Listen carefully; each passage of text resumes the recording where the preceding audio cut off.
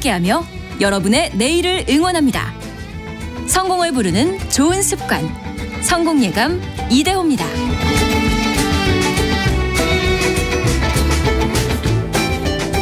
성공예감 이대호입니다. 2부 시작되는 시간 10시 5분입니다. 오늘 경제상식 퀴즈가 조금 어려웠나요? 아까 마이너스 통장, 예금 통장, 적금 통장 각종 오답들이 많이 들어왔는데 파킹 통장입니다. 정말 차를 주차했다가 내 맘대로 뺄 수 있듯이 돈도 잠시 맡겼다가 언제든지 뺄 수 있는 파킹 통장이 정답이었고요. 많은 분들이 정답 보내주셔서 너무 감사드립니다. 아까 근데 2187님이 말씀해 주신 것처럼 처음 듣는 통장 이름이네요. 이렇게 보내주셨고, 시크릿 통장은 들어봤는데 라고. 시크릿 통장은 비상금, 이제 비자금이라고도 하죠. 그래서 그 계좌 조회를 해도 홈페이지에서 보이지가 않는 시크릿 통장이라고. 이런 거에서 남편분들이 비밀로 해달라 이런 분들 많은데. 그리고 아까 8144님도 같은 말씀 해주셨는데, 비 오는 날 잘해야 됩니다. 도로 양옆에 되도록 삼가하시고 배수구 확인도 필요합니다. 라고 하면서 파킹 통장 정답도 보내주셨습니다. 너무나 감사드립니다. 계속해서 여러분의 의견 기다리겠습니다. 짧은 문자 50원, 긴 문자 100원이 드는 샵 9730이나 KBS 콩으로 계속해서 참여해 주시면 감사하겠습니다.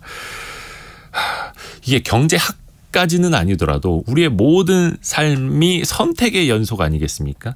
그 중에서도 더 나은 선택을 해야 되는 거고, 조금 잔인하긴 합니다만 누군가보다 더 내가 나은 선택을 해야 되고 더 나은 결과물을 가져와야 되는데, 그걸 경제학 속에서 게임 이론이라고 표현을 하더라고요. 오늘 게임 이론을 통해서 그 어려운 경제 이야기를 쉽게 한번, 그것도 역사에 빗대서도 이야기를 나눠보겠습니다. 그들은 왜 최후의 승자가 되지 못했나? 최근에 책이 나왔는데요. 연세대학교 경제학부 한순구 교수입니다. 어서 오세요. 안녕하십니까. 안녕하십니까. 교수님이 경제학 중에서도 게임 이론을 많이 이제 특화해서 연구를 하셨다고요. 예, 제 주 전공 분야가 게임 이론입니다. 게임 이론. 예. 제 지도 교수님은 또 게임 이론으로 노벨상을 받으셨고요. 예. 노벨상 받으신 교수님한테 한참 부족한 제자입니다. 많이 알려주십시오. 게임 이론이라는 걸 아직 모르시는 분들을 위해서. 맞습니다. 이게 게임할 때 쓰는 전략은 아니죠. 오락할 때 쓰는 전략은 아니죠. 연관이 없는 건 아닙니다. 아, 그래요? 예. 그러니까 그 게임도 혼자서 하는 게임이 있습니다. 이제 그런 거는 게임 이론이 아닐 수가 있는데요. 예. 예를 들어서 이제 경제도 아까 선택이라고 하셨는데, 네. 게임 이론이 아닌 선택에는 뭐냐면 오늘 점심을 뭐 먹을까? 네. 이런 거는 그냥 자기가 결정하면 됩니다. 혼자서. 예. 근데 이제 이게 회식이 되면 또 한식을 먹고 싶은 사람이, 일식을 먹고 싶은 사람이 있는데 거기서 의견을 모아야겠죠. 그래서 나 말고 다른 사람과 연결되어서 선택을 할 때 이것을 전략이라고 하는데, 일반인들은 그 전략을 연구하는 분야가 게임 이론입니다. 그래서 게임 이론이 이제 쉽게 생각하시는 거는, 게임할 때 이제 카드 게임을 해도 상대방이 있어서 아마 처음에 그런 이름을 붙인 것 같습니다. 근데 이제 카드 게임이나 무슨 전쟁이나 이런 거는 이제 내가 상대를 이겨야 되고 경쟁을 하는 관계인데요. 그게 꼭 적대일 필요는 없고, 내 친구와 협력을 해서 어떤 일을 할 때 어떻게 하면 협력을 잘하나. 그래서 이게 꼭 그 적이 아니라 친구와도 게임을 해야 됩니다. 그래서 적도 있고 친구도 있고 여러 가지 케이스에 저희가 게임 이론을 적용해 볼 수 있습니다. 그러니까 누구랑 어떤 경제적인 유불리를 다투기 위함이라기보다는, 물론 그것도 있겠지만 최상의 결과를 가져오기 위한 전략일 수도 있는 거네요. 그러니까 혼자서 내가 오늘 짜장면을 먹겠다. 그러면 그건 이제 자기 혼자서 하면 짜장면을 확실히 먹을 수 있는데, 이제 그 다른 사람하고 어떤 일을 하게 되면 내가 아무리 잘해도 그 사람 때문에 안 될 수도 있고, 내가 좀 못해도 그 사람 때문에 이 일이 잘 될 수도 있고, 제가 좀 실수를 해도 나의 경쟁자가 더 큰 실수를 할 수도 있고, 그러니까 이제 상대방의 행동에 의해서 제가 영향을 받을 때 그 상대방의 행동을 어떻게 제어할 수 있을까 하는 마음이 있는데, 이제 그런 것을 연구하는 것이 게임이다.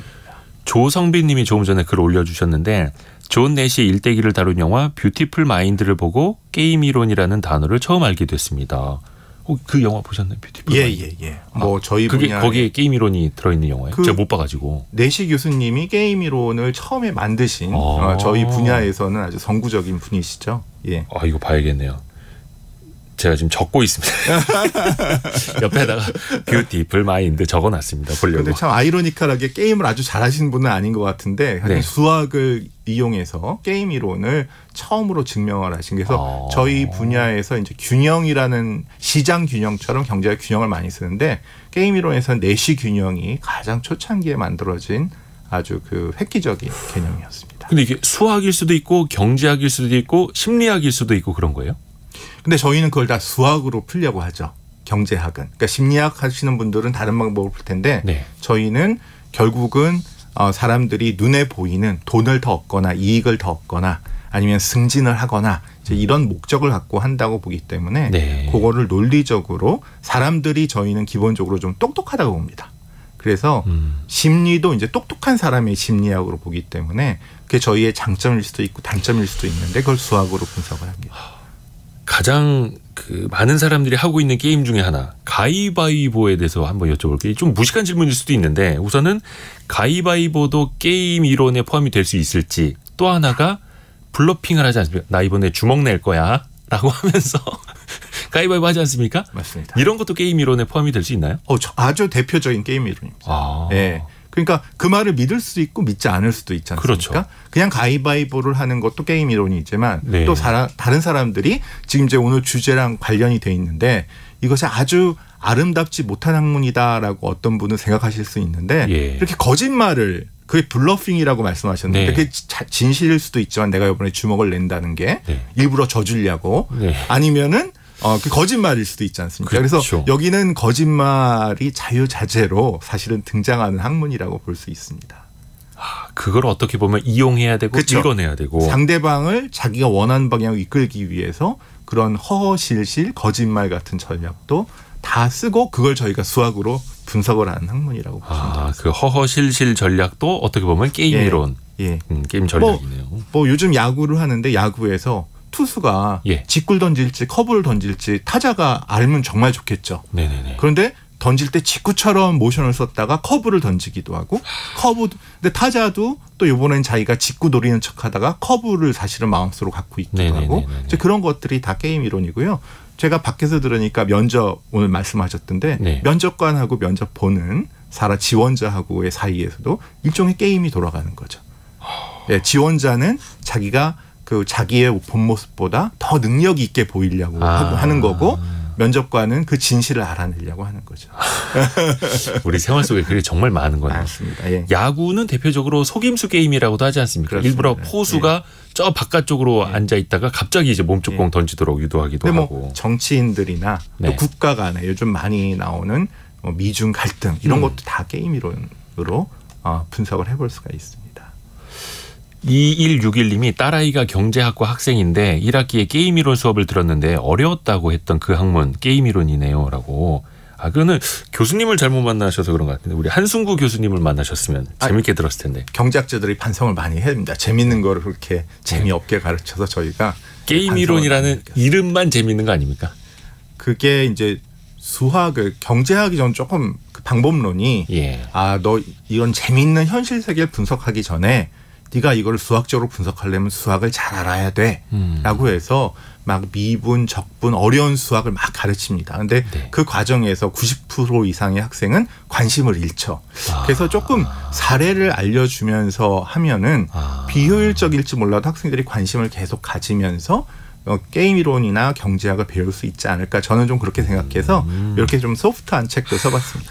한순구 교수님이 이렇게 성공 예감에서 말씀해 주시는 것처럼요. 또 게임 이론의 사례 또 어떤 게 있을까요? 그 대기업들 간에 네. 그 담합을 한다거나 경쟁을 한다거나 하지 않습니까? 예. 그래서 뭐 기업들이 광고를 할 때 내가 우리나라에서 유일하게 자동차를 만드는 회사면 그냥 내 자동차 광고만 하면 되는데 예. 나의 경쟁 회사가 있으면 그 회사 광고를 보고 대응하는 광고를 해야겠죠. 예. 그다음에 또 이제 경쟁 기업이 있으면 항상 싸우는 것이 아니라 이 기업과 물론 불법이지만 어떻게 협력을 해서 뭐 불법인 담합을 해볼까 하는 생각도 할 수 있고 그다음에 뭐 정부의 규제도 있고 그래서 어떻게 보면은 이제 그 숫자가 적은 경우에 게임이 일어납니다. 만약에 우리가 카드 게임을 100만 명이 한다고 그러면 전략이 있을 수가 없어요. 근데 이게 두세 명이 해야지 요 A라는 사람, B라는 사람의 행동을 내가 어떻게 한번 바꿔볼까라는 생각을 할 수 있거든요. 그래서 이제 어떤 산업에 그걸 만드는 회사가 막 수백 개 있으면은 게임 이론에 적용이 안 되고요. 네. 오히려 비행기를 만든다거나 아니면 자동차를 만든다거나 핸드폰을 만든다거나 제가 보기에 이제 삼성 갤럭시를 만드시는 분은 항상 아이폰이 어떤 일을 하나 신경을 쓰고 계시겠죠. 네. 예, 그런 식의 분석을 할 때 게임 이론을 많이 사용합니다. 그래서 그 상대방을 도발하는 광고를 하기도 하고 그렇습니다. 또 아까 담합 잠깐 이야기해 주셨는데 리니언시 제도라는 게 있잖아요. 예. 담합했던 사람 중에 누구 하나가 먼저 신고를 하면 그 사람에게는 좀 죄를 덜 무는. 게임 이론 모르신다고 그러더니 너무 많이 하시는데요. 그 정도. 예. 그게 이제 용의자의 딜레마 게임을 이용한 거죠. 용의자의 딜레마. 예, 그게 죄수의 딜레마라고 하는. 예. 그 게임입니다. 그래갖고 죄수의 딜레마도 네가 자백하면 너만 봐주겠다라고 얘기하는 거죠. 정말 실생활에 많이 쓰이는. 예, 그거는 실생활이라기보다는 이제 저쪽 수사의 영역에서 쓰는 거죠. 제가 가장 게임 이론을 많이 쓰는 거는 가족 내에서. 가족 내에서요? 예, 매일매일 가족들과 살지 않습니까? 네네네. 예, 가족 내에서 어떻게 하면 와이프를 기분 좋게 해줄까? 어떻게 하면 아이가 공부할 수 있도록 해줄까? 이런 것도 한번 신경을 쓰시면 게임 이론이 또 유용할 수 있습니다. 좀 하나 알려주세요. 저도 좀 써먹게요. 비밀이기 때문에 그건 나중에 방송에 지금 저희 와이프가 듣고 있을 수도 있습니다. 예. 그러면 우리 남편이 나한테 지금까지 뭐 잘해줬던 게 이게 사실은 자기 이론을 입증하려고 했던 거구나 이렇게 느끼는 아닙니다. 거예요? 사랑하기 때문에. 근데 다른 방송에서 말씀하셨는데 자녀분 그냥 용돈이나 장난감 사줄 때도 그냥 사주는 게 아니라 네가 어떤 점수를 모아라. 동그라미를 모으면 내가 거기에 맞는 용돈을 주거나 선물을 사주겠다. 이런 식으로 하신 것도. 그러니까 그게 이제 그 아버지 돈을 쓴다고 그러면요. 예. 사실 자기 돈이 아니니까 아끼질 않습니다. 그래서 제가 어떻게 하냐면 제가 장난감 살 때마다 돈을 주는 게 아니라 약간 조삼모사인 것 같아도 차이가 있는데요. 아이에게 장난감을 살 수 있는 이렇게 어떤 기금 같은 걸 줍니다. 그 기금은 아이가 장난감을 많이 산다고 더 주는 게 아니고 적게 산다고 덜 주는 것도 아니고요. 그러면 아이는 그 기금을 이용해서 자기가 장난감을 사야 되는 거죠. 그럼 그 기금이 자기 돈이 됩니다. 그러니까 아이가 아껴 쓰는 거죠. 아빠 돈이면 그냥 조금 갖고 싶은 것도 막 떼서서 가질 텐데 이게 자기 돈이라고 생각하고 쓰니까 정말 필요한 거는 자기가 사고 필요하지 않은 거는 자기가 판단해서 안 사게 되는 거죠. 그런 의도로 제가 했던 것입니다. 그냥 용돈이라고 하면은 쓰임이 있는 돈, 써야 되는 돈, 쓸 돈이라고 생각할 수 있는데 그게 아니라 기금이라고. 이거를 네가 써도 되지만 쓰면은 그냥 돈이 줄어드니까. 그러니까 저희 아이가 어렸을 때인데 어렸을 때는 장난감 가게 가서 아빠를 막 조르면 아빠가 장난감을 얼마든지 사줄 것 같이 느끼거든요. 그럼 아이는 그렇죠. 아이는 계속 조를 수밖에 없어요. 왜냐하면 장난감을 조르기만 하면 공짜로 생기니까. 아빠 지갑이니까. 근데 이게 자기 지갑이라고 생각하면 아끼겠죠. 야, 거기에도 이게 게임 이론이 적용이 되는 거네요. 이런 건 저희 총장님이 아시면 큰일 나는데. 아니 뭐 가정에서부터. 고은호님도 매우 쓸모 있는 학문이네요. 공부 좀 해봐야겠어요라고 해주셨고 김영희님 엄마 카드는 맘 놓고 쓴다. 저도 그 결혼 전에는 맘 놓고 썼는데 직장 갖고 결혼하니까 참 짠돌이가 됐습니다. 근데 가정 내에서 이렇게 사용하시는 건 이제 안 알려주시려고 하고. 우리가 뭐 역사 속으로 들어가 볼까요? 근데 이번에 쓰신 책이 그들은 왜 최후의 승자가 되지 못했나라는 게임 이론과 역사를 같이 설명해 주신 내용이라고요. 굳이 역사를 게임 이론에다 접목하신 이유가 있을까요? 제가 경제학의 이제 게임 이론 분야를 하면서 다른 분야에 대해서 좀 부러운 점이 있습니다. 뭐냐면 경제학에 이제 데이터가 많아서 특히 요즘 빅데이터라고 디지털 데이터가 많이 생겨서 그걸 가지고 이제 통계학적으로 분석하는 분야가 많이 있습니다. 그런데 제가 이제 연구하는 전략이라는 분야는 그런 데이터를 얻을 수가 없어요. 예를 들어서 지금 푸틴 대통령하고 바이든 대통령이 무슨 전략이 있을 텐데 그걸 절대로 공개하지 않습니다. 그걸 해서 어떤 결과가 나와도 자기가 이런 전략으로 이겼다 졌다 이런 얘기를 할 리가 없죠. 기업도 마찬가지입니다. 그래서 이런 데이터가 공개되지 않는 상황에서 저는 이론은 있는데 이거를 실제로 검증할 기회가 사실은 좀 적은 학문이 게임 이론입니다. 그 분야의 특성상. 근데 이제 그거를 제가 매일매일 살아가면서 저도 직장 생활하면서 느끼는 그런 점도 있고요. 근데 또 하나는 역사책을 읽어봤더니 이 사람이 이런 전략을 썼을 것 같다라는 게 오히려 네. 그 역사의 풍부한 사례 지금 딱 저희 시대만 보면은 그런 사례가 적을 수 있는데 역사가 몇천 년의 역사를 보면 아 이런 전략들을 이렇게 써왔구나라는 걸 알 수 있어 좀 개인적으로 조금 재미가 있었고요. 그래서 어떻게 보면은 저에게는 역사책이 어떻게 보면 제 이론에 검증할 수 있는 그런 데이터를 제공하는 것이다라고 좀 느꼈고, 예, 그래서 역사에서 배울 게 많다라는 생각에서 좀 역사책을 읽을 때 그냥 읽혀지지가 않고 아, 이 사람이 무슨 전략을 썼을까 이런 생각을 저는 아무래도 좀 직업 의식 때문에 자꾸 하게 되는데 그런 것들을 조금 책으로 엮어봤습니다. 역사 속으로 역으로 거슬러 올라가서 검증을 할 수 있었던. 예. 근데 물론 역사 속 인물들이 당시에 뭐 게임 이론을 알아서 아, 이 이론대로 해봐야지 내가 한승구 교수님 책 읽었으니까 이러진 않았을 거고. 예. 근데 경제학은 네. 말하자면은 경제학을 아는 사람만 경제학을 하는 게 아니고 저기 산골에 계신 그 고등학교 나오신 그런 농부 아저씨나 농부 아주머니도 네. 이런 경제학을 다 하고 계시거든요. 왜냐하면 인간이라는 거는 저희가 보기엔 네. 자기의 이득을 높이기 위해서 그렇죠. 아주 현명하게 머리를 쓰는 선택을 하기 때문에 이제 그분들도 다 경제학을 안 배웠을 뿐 안 배웠다고 경제를 안 하는 건 아니라는 거죠. 예, 그러니까 빈곤 경제학이라는 것도 있는데 인도에 막 일자무식이고 아주 가난한 사람들도 네. 다 자기 나름대로 계획을 세워서 최선을 다하고 있는데 분석해 보면 저희 경제학 교과서에 나온 거를 그대로 하고 있다는 거죠. 내가 아무리 궁해도 내가 열심히 키운 농작물 정말 값을 안 쳐주면 아예 안 팔아. 그냥 가 하는 빈곤 것도. 경제학을 쓰신 그 저기 MIT의 네. 베너지라는 교수님에 따르면 네. 그 가난한 사람이 더 열심히 연구한다. 돈이 적기 때문에 여유가 없어서 한 푼 한 푼 쓰는 거를 더 열심히 연구한다 이렇게 말씀하시더라고요. 아하, 그래서 우리가 역사 속으로도 더 깊이 들어가 볼 필요가 좀 있어 보입니다. 예. 역사 속 사례를 몇 가지 한번 좀 이야기를 말씀을 부탁드려 볼게요. 역사 속 인물 중에서 게임 이론의 대가로 교수님이 뽑은 분이 있더라고요. 예. 중국 한나라를 건국한 유방인데 예. 이 사람이 어떤 게임 이론을 적용을 했다는 겁니까? 뭐 의외라는 얘기를 많이 듣는데요. 예. 저는 뭐 개인적인 견해로 그렇게 생각을 하는데 네. 한 가지는 어떤 나라를 창시하거나 이름을 떨친 사람들을 보면 네. 그래도 집안이 좀 괜찮은 사람들입니다. 예. 예. 그 중국 역사에서 나라를 열었다는 사람 보면 왕족이든지 귀족이든지 아니면 아버님이 유명한 장군이었. 예를 네, 들어서 예. 유방의 반대편인 항우는 네. 그 할아버지가 아주 이름을 떨친 유명한 장군이었어요. 예. 그러니까 이런 귀족 집안에서 교육을 잘 받은 사람들 그 큰 일을 했는데 네.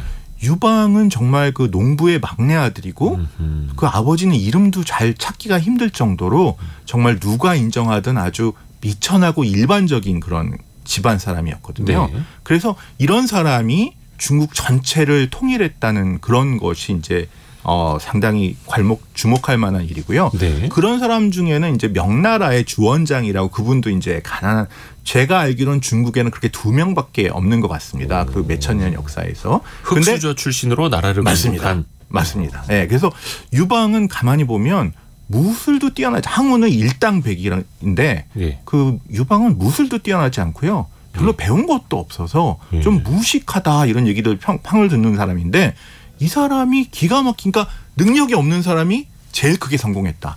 이거는 전략적인 거죠. 예, 그리고 그 중국을 진시황이 통일했지만 진시황이 죽자마자 진시황의 진나라가 멸망했고요. 예. 그다음에 항우가 그걸 이어받았지만 항우도 몇 년 만에 망했고요.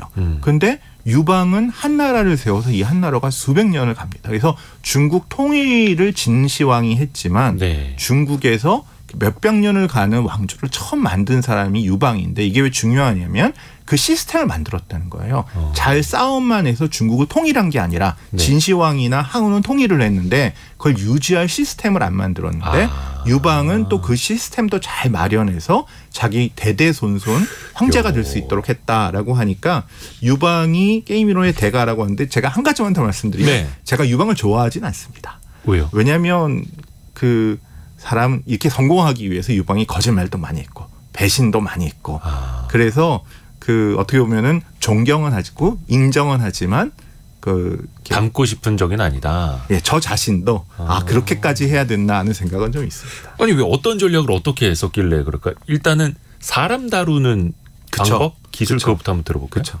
그러니까 그 제일 유명한 예가 그 한신 장군 아니겠습니까? 네. 유방이 통일을 할 때 유방은 이제 전쟁을 잘 못하니까 사실은 밑에 있는 대장군인 한신이 유방 대신 싸워서 항우도 물리치고 중국 전체를 통일을 했는데 네. 통일하자마자 이제 토사구팽이라고 한신 장군을 내치죠. 예, 그래서 그 어떻게 보면 자기의 공신들을 한신 장군뿐만 아니라 그때 자기를 위해서 평생을 싸웠던 장군들을 많이 숙청을 합니다. 혹시나 뭐 한신 장군이 대들었다거나 역모를 꿈꿨다 이런 것도 아니고 그건 아니고, 그러니까 그것도 참 나중에 보면 네. 그 태종 이방원이라고 예. 그 조선 시대에 그 왕자의 난을 일으켜서 예, 정권을 예. 잡은 다음에 예. 자기 그 처남들을 이제 죽이고 숙청하고. 하죠. 그러니까 그것을 제가 봤을 때는 이런 사람들은 옛날에 유방이 한 거를 보고 했던 것 같아요. 근데 유방 자신도 항우 밑에서 공을 세운 장군이었는데 자기가 항우한테 반란을 일으켜서 항우를 치고 자기가 황제가 됐으니까 네네네. 이제 이걸 어떻게, 그러니까 이 능력 있는 사람들이 나중에 자기한테 반란을 일으킬 수 있겠죠. 그래서 어떤 나라를 건국할 때는 무신 위주, 능력 위주로 했지만 나라를 건국해서 유지를 하기 위해서는 능력 위주보다는 어떤 충성심 위주, 능력이 오히려 너무 뛰어나면 나중에 위협이 될 수 있다. 이제 이런 생각까지 했던 최초의 인물이 아니었을까 저는 그렇게 생각을 합니다. 어떻게 보면 최측근이지만 충신이지만 100% 신뢰하지는 않았다. 그렇죠.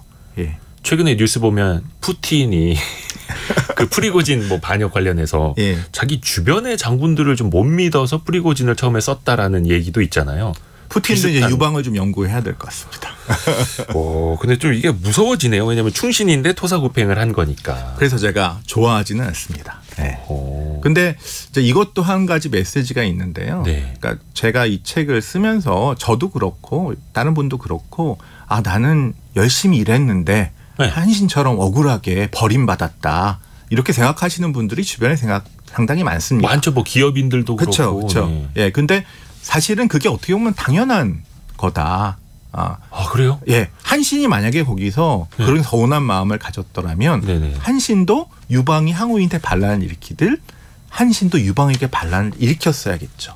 근데 일으키지 않는 순간 자기는 어떻게 역사적으로는 공을 세우고 나중에 이제 사라지는 이런 길을 본인이 선택한 거지.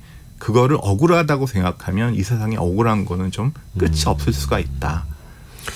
역사 속에는 특히 더하긴 한데 사실 실생활에도 많아요. 예를 들어서 어떤 그룹 인사철인데 서로 투서가 난무하고 특히 2인자를 키우지 않는 회장님들도 유명한 분들 계시거든요. 2인자가 올라와서 자기 회장 자리를 위협하면 그 사람에게 꼭 뭔가 안 좋은 일이 생겨나요. 그렇죠. 이게 유방한테서 배운 걸까요? 저는 거의 첫 번째 사례가 유방이 아니었나라고 생각하고, 그래서 유방이 어떤 그 시스템, 그러니까 좋으면 좋고 나쁘면 나쁜데 어쨌든 내가 나라를 세워서 유지하려면 이런 좀 매정한 또는 인간적으로 인간미가 없는 이런 행동을 했던 사람이 아닐까라고 생각합니다. 그럼 딴 사람들이 충성을 다해서 모실 수가 있을까요? 그 유방하고 항우의 차이가 저는 뭐라고 생각하냐면 네네. 항우는 어떻게 보면 되게 착한 사람인 게 네. 자기가 중국을 통일한 다음에 통일하자마자 자기 공을 세운 부하들에게 땅을 다 나눠줍니다. 초나라의 항우. 예, 초나라 항우. 예. 그 장기에서 초한지에 예. 한 나라가 유방이고 초나라, 그러니까 유방의 상대편이죠. 네. 예. 그런데 나눠주면 이런 생각을 하지 않습니까? 내가 땅을 A라는 신하에게 나눠줬으니까 A는 이제부터 나에게 충성을 다할 그렇죠. 거다. 나한테 잘하겠지. 내가 땅도 네. 주고 다 해줬는데. 근데 사람은 이득을 원하는데요. 예. 자꾸만 땅을 준 건 고마운데 더 이상 줄 땅은 없는데 자꾸 나보러 너 더 줘. 은혜를 잊지 말고 네. 내가 전쟁을 하니까 나와서 군대를 이끌고 와, 이런 식으로 얘기하면 그 사람은 아니 앞으로 줄 것도 없으니 나를 왜 자꾸만 시켜, 이렇게 될 거고요. 유방은 내가 너가 공을 세우면 땅을 주겠다라고 한 다음에 사실은 다 통일을 한 다음에 땅을 바로 안 줍니다. 그리고 오히려 공신들을 하나 둘씩 제거합니다. 그러니까 사람들은 그래도 언젠가 내가 버티면 유방이 땅을 주겠지라고 기다리다가 제거된 사람들이 많고, 남은 사람들은 아주 작은 땅을 받았지만 이득은 미래에 주는 미래의 이득을 보고 사람이 행동을 하지 과거의 은혜를 기반으로 행동하지는 않는다라는 것도 또 게임 이론의 중요한 파트죠. 와, 이거 갑자기 소름 돋는데. 제가 너무 나쁜 사람이 된 것 같은데. 아니, 근데 이게 역사 속에서 있었던 일을 말씀해 주시는 거고, 그게 지금 사실 현실에서 우리 현실에서도 우리가 너무나 많이 보고 있고, 이거를 혹자들은 가스라이팅이라고도 이야기를 하는데 어떻게 보면 이제 그런 분들이 또 성공을 하기도 하고. 그래서 이 책이 역사책이지만 조금 사회 경험을 해보신 분들은 내 얘기다라고 느끼실 수 있고, 근데 오히려 저는 이게 나만 그런 게 아니고 역사적으로 다 이런 경우가 많았구나라고 하면 오히려 거기도 배움의 기회도 있고 또는 자기가 좀 납득할 수도 있고 그런 좀 계기가 됐으면 하는 생각으로 써봤고요. 물론 제일 중요한 거는 좀 재미있었으면 하는 생각으로 썼습니다. 제가 한번 또 읽어보겠습니다. 약간 경제 쪽으로 와서 이야기를 더 해볼까요? 앞에서 뭐 리니언시, 담합 이런 거 이야기를 했었는데 싸움에서 이기는 것보다 승리한 이후의 행보가 더 중요하다라는 것도 있고 어떻게 보면은 조직의 규모가 커지거나 매출이 더 커졌을 때는 그럼 우리는 어떻게 해야 되는가 또 생각을 해봐야 되는데 여기에서는 어떻게 게임 이론을 적용해 볼 수 있을까요? 그 재밌는 게 어떤 두 사람이 협력을 해서 일을 하지 않습니까? 그럼 이 협력이 깨지는 경우가 있습니다. 배신이 나오기가 되게 쉽거든요. 자기만, 그러니까 동업을 하면 이익을 나눠야 되는데 그러지 않고 동업을 이제 누군가가 그 약속을 어기고 배신을 해서 이제 깨는 경우가 생기는데 어느 경우에 깨는 경우가 많은가를 게임 이론으로 보면 어려울 땐 깨지지 않습니다. 오히려 이 두 사람이 동업을 해서 성공을 했을 때 반드시 깨집니다. 힘들고 어려울 땐 깨지지 않다가. 왜냐하면 어려울 때는 깨봤자 자기가 남을 게 없어요. 그런데 이미 많은 것을 이루면 깨면 자기가 그걸 다 독차지할 수 있기 때문에 오히려 성공했을 때 그래서 조광지처를 벌인다는 게 사실은 게임 이론에도 맞는 이야기입니다. 자기가 성공했으니까. 그래서 이제 그런 것들을 생각하지 않으면 이제 이게 그 작은 중소기업을 해서 막 성공하신 분들이 그 성공했을 때가 오히려 마음을 놓을 때가 아니라 더 조심을 해야 될 때가 아닌가. 역사적으로도 일본의 이제 오다 노부나가 같은 사람들이 이제 일본을 거의 다 통일한 시점에서 자기 부하한테 암살당하거든요. 왜냐하면 부하 입장에서는 오다 노부나가 작은 성주면 이 사람 죽여봤자 자기가 얻을 게 없는데 일본을 다 차지한 상황에서는 이 사람을 죽이면 자기가 일본을 다 얻지 않습니까? 그래서 어떤 시점에서는 내가 영업하고 생산하고 기술이 뛰어나서 했던 사람도 어떤 시점이 넘으면 우리가 회계나 경리나 아니면 윤리적인 거나 법무적인 거나 이런 것들을 시스템을 좀 갖출 필요가 있다라는 것을 알 수 있습니다. 와, 소름 돋네요. 소름 돋네요. 이거 다 아시는. 아니 근데 아시는 분들은 아시겠지만 제가 전 동업자 때문에 지금 되게 곤란한 상황이거든요. 근데 그게 그런 비슷한 상황에서 벌어진 거라고 지금 다시 회상이 되니까 팍 와닿습니다. 죽겠습니다. 아주 그냥. 다음에 안 그러시면 되죠. 무섭네요. 무서워요. 로마 시대로 한번 가볼까요? 로마 시대로 가서 보면은 로마에서도 사실 유럽의 최강의 국가가 되고 난 다음에 그 안에서 또 분란이 많았다고 하는데 거기서도 그런 비슷한 이야기가 로마의 최대적은 카르타고의 한니발 장군이죠. 한니발 장군이 거의 로마를 함락시킬 뻔했는데 로마하고 사실은 이탈리아에 있는 로마의 동맹 국가들이 힘을 합쳐서 그 어려운 시기에 한니발을 이깁니다. 한니발도 이게 로마가 어려운 시기가 닥치면 로마 동맹이 깨질 거다라고 생각을 했는데 오히려 그때 똘똘 뭉쳐서 한니발을 이겨내죠. 그리고 지중해를 다 차지합니다. 근데 지중해를 다 차지해서 지중해가 자기 것이 되니까 로마에서 내분이 일어나서요. 그냥 결론만 말씀드리면 로마와 같이 싸웠던 로마의 주변 동맹 도시들이 로마의 선전포고를 해서 둘이 남북전쟁이나 무슨 내전처럼 둘이 몇 년을 싸웁니다.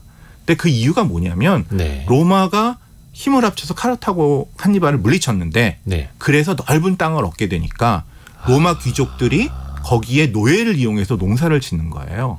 근데 그건 로마 귀족들만 돈을 벌고 로마의 평민이나 로마의 동맹시의 농부들은 이 노예를 이용한 너무 싼 밀가루가 들어오니까 이 사람들이 다 경제적으로 망해버렸습니다.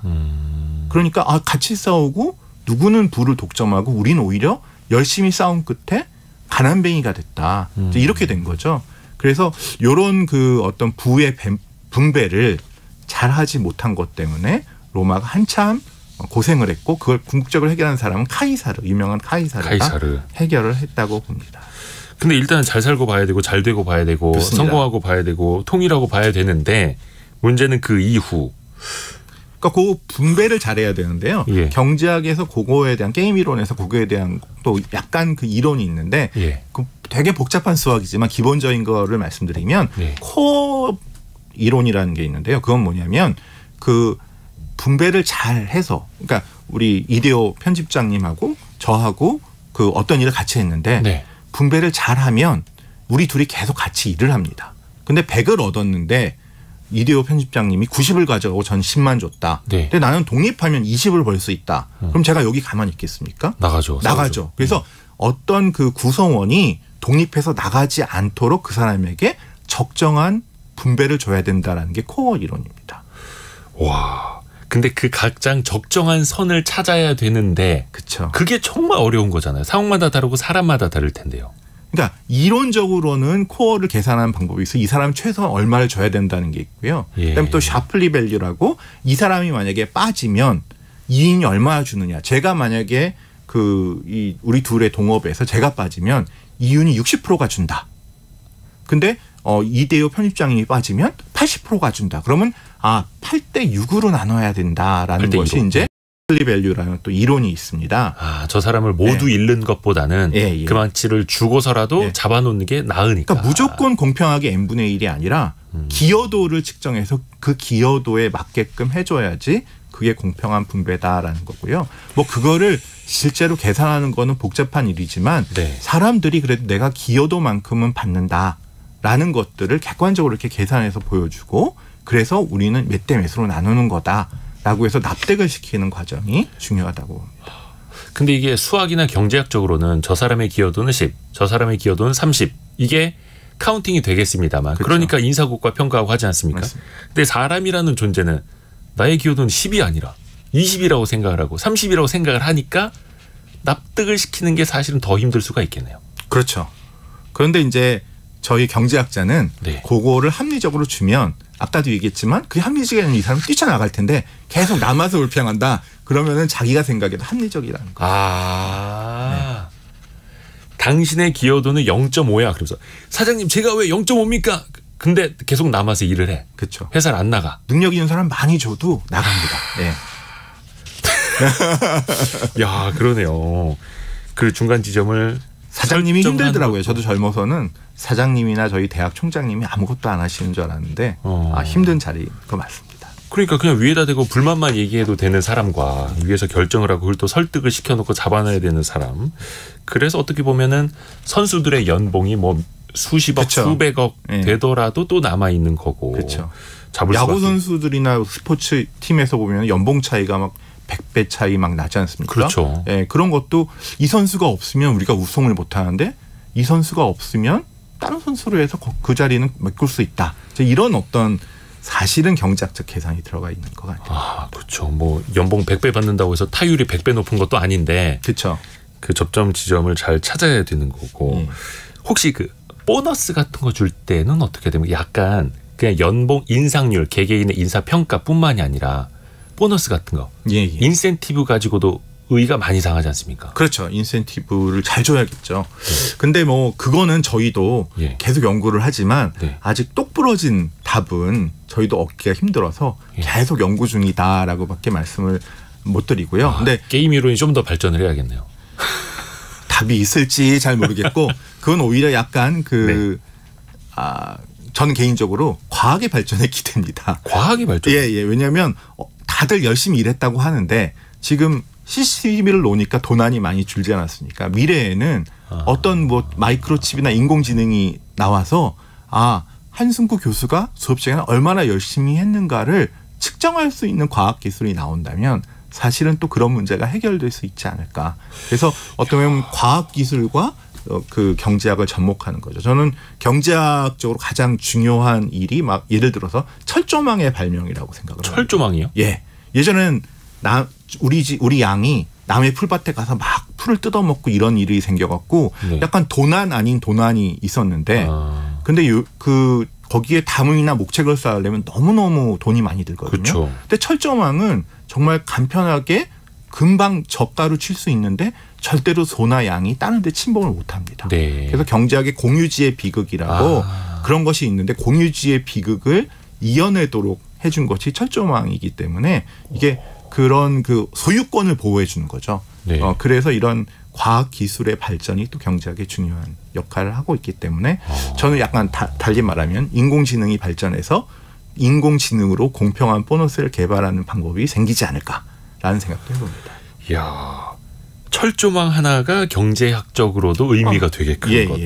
그리고 아까 과학의 발전이 성과 평가를 더 엄밀하게 해줄 수도 있다. 그러니까 예를 들어서 교수님이 강의를 하실 때 원래 학생 100명 중에 5명이 졸았는데 100명 중에 이제 1명밖에 안 존다라는 걸 CCTV로 체크를 다 하면 그걸 또 성과평가로 가져갈 수도 있는 거고. 그렇죠. 과학과 같이 이제 성장해 나가는.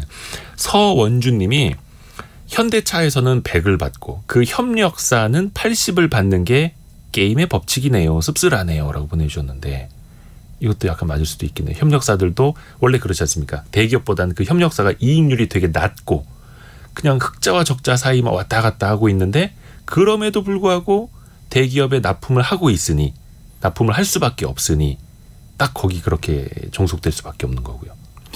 그거에 대해서는 또 약간 지금 이 배분 문제 말고 오늘 시간이 없는 것 같아 홀더 문제라는 또 다른 경제학 문제가 있습니다. 홀드업. 인질 문제라고 해서 인질. 그래서 그것도 또 다른 큰 분야이기 때문에 여기서 지금 얘기할 수는 없는데요. 그 어떤 관계를 맺으면 그 약간 그 관계 때문에 배분이 엇갈리는 그런 수가 있습니다. 그래서 그것도 게임 이론이긴 한데 이게 하여튼 열심히 일하는 것보다 또 그래서 그 약간 정치적으로 해법을 찾는 것 이런 것들이 좀 필요한 분야이기도 합니다.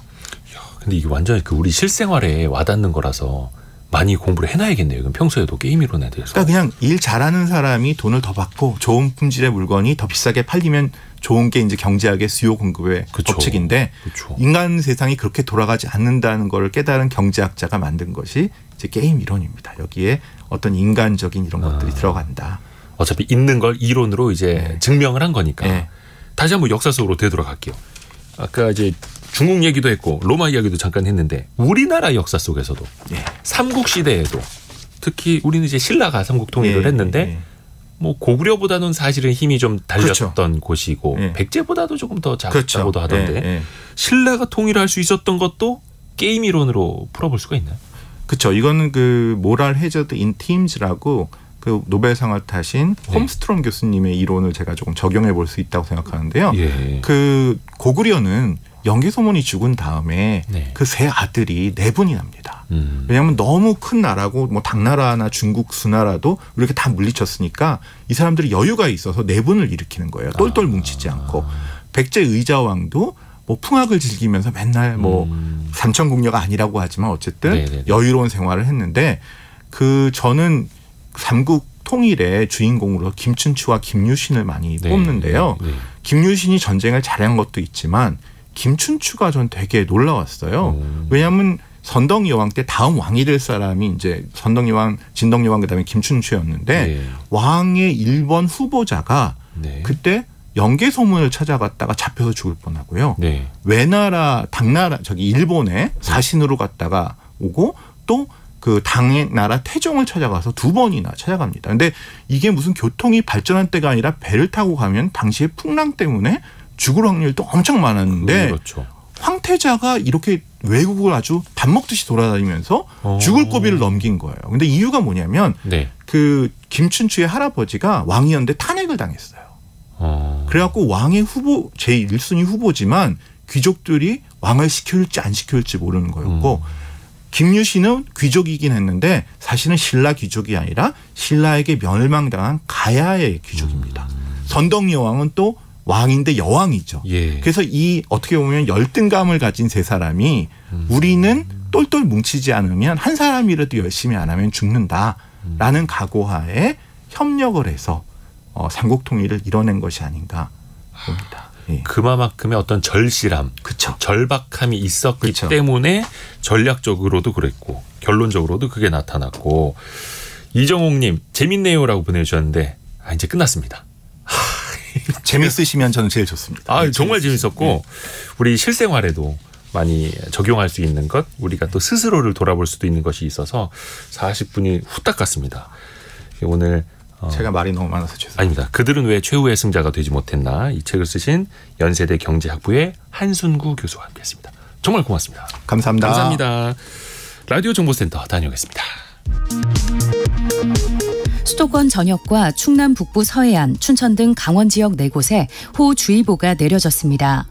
오늘 중부지방과 남부지방은 시간당 30에서 60mm의 집중호우가 쏟아지겠습니다. 경기 불확실성이 지속되는 가운데 기업들이 체감하는 경기 수준은 지난달과 비슷한 것으로 나타났습니다. 한국은행 조사 결과 제조업계는 불확실한 경제 상황을 가장 큰 경제 애로사항으로 꼽았고, 이어 내수 부진과 수출 부진을 들었습니다. 지난 5월 한국의 대중국 수출액 규모가 중국의 교역국 가운데 4위를 기록한 것으로 나타났습니다. 지난해 5월 2위에서 1년 만에 2계단 밀려난 것입니다. 전경련사나 한국경제연구원은 대중국 수출 경쟁력 회복을 위해서는 반도체 등 핵심 분야에 대한 공격적인 투자가 필요하다고 밝혔습니다. 미국 상무부가 이르면 다음 달 대중 반도체 수출 통제 최종안을 내놓을 것이라는 외신 보도가 나왔습니다.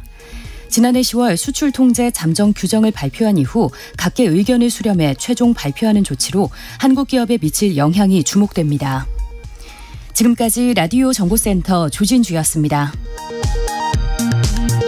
자, 여러분의 질문에 저희가 응답해드리는 시간 애프터 서비스입니다. 이혜리 리포터 어서 오세요. 안녕하세요. 조금 전에도 KBS 콩으로 올라온 것 같은데요. 박영애님이 이대호님 안녕하세요 보내주셨고, 이혁휘 PD님 여기 계시네요 라고 보내주셨는데, 네, 이혁휘 PD님 여기 계십니다. 네.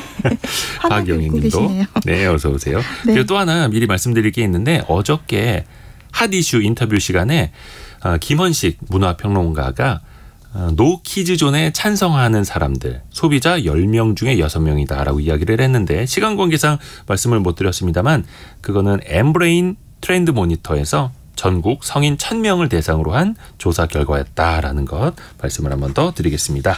자, 이혜리 리포터가 받아온 질문 시작해 볼까요? 어제 그 경제상식 퀴즈 정답이 가게 문을 열고 냉방하는 개문 냉방이었습니다. 이와 관련해서 휴대전화 뒷번호 9840번님이 질문을 주셨는데요. 개문냉방, 이 문 열고 영업하면 전기요금이 많이 안 나올까요? 라고 이렇게 질문을 주셨어요. 네. 그래서 이 질문에 대한 답은 기후변화학회 회원이면서 비영리 단체 에코맘 코리아 문명희 본부장에게 들어봤습니다. 네. 영업장 위치나 규모에 따라서 전기 사용량이 얼마인지 달라질 테니까 한국에너지공단이 6월 20일경에 한 2, 3일 전국의 주요 상권에 개문난방 영업 실태 조사를 한 자료가 있네요. 총 5,298개 중 매장 중에 한 12% 정도 634곳이 개문냉방 영업 중인 것으로 나타났다, 이렇게 되어 있고, 한 샘플이 203제곱미터 넓이의 매장, 그러니까 우리 흔히 한 61, 2평 되는 매장이면 제법 굉장히 넓은 거죠. 여름철 월평균 전기요금이 평균 한 81만 3천 원 수준이었는데 10시간 기준 영업시간 내내 문을 열어놓고 에어컨을 틀었더니 전기요금은 108만 원 사용으로 나타났다. 이건 한 33% 더 오른 것으로 분석됐다는 자료가 있습니다. 네. 네. 그리고 휴대전화 뒷번호 9336번님이 개문 냉방과 함께 대낮임에도 환하게 조명으로 눈길을 끄는 상점들도 단속이 필요하지 않나요? 라고 질문을 주셔서요. 이 질문에 대한 답도 문명희 본부장에게 들어봤습니다. 네.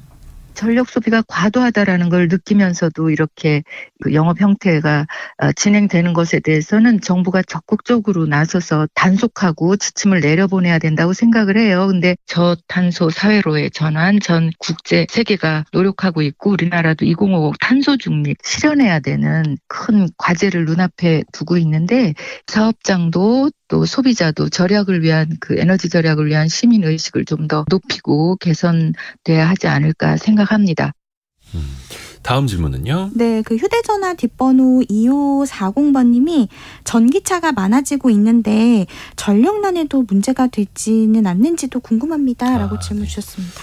기준으로 우리나라에 등록된 차량 대수가 2,500만 대 넘는데 네. 전기차는 한 30만 대 정도 등록이 돼 있다고 합니다. 1.2%니까 아직까지는 크게 차지하는 비중이 많지는 않다. 그리고 당장은 전기가 모자라지 않다라고 볼 수가 있는데 앞으로가 문제인 거죠. 네. 특히 더 신경이 쓰이는 거는 지역별 전력 불일치 현상입니다. 그러니까 어느 지역에서는 전기가 남아 돌고 어느 지역에서는 전기가 좀 모자랄 수 있고 그래서 지금 뭐 태양광 발전이나 이런 거 하시는 분들 불만 되게 많으신데 전기가 너무 많이 생산되니까 출력을 그냥 제한해 버리거든요.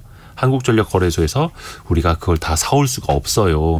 그 전기 다 받으면 우리 전력망에 과부하가 걸려서 셧다운이 될 수도 있어요라고 하면서 출력을 제한시켜 버리기도 하는데 그 균형을 잘 맞춰야 됩니다. 그러니까 지역 저쪽 많은 태양광 있는 데서 발전된 거를 수도권까지도 잘 끌어와야 되는데 그러려면 송배전망에 대한 대대적인 투자가 이루어져야 하는데 아시다시피 한전에 별로 돈이 없어요. 네. 그래서 그것도 당장은 어렵고 해서 좀 시간이 많이 필요한 분야이기는 합니다. 네. 다음 질문은요.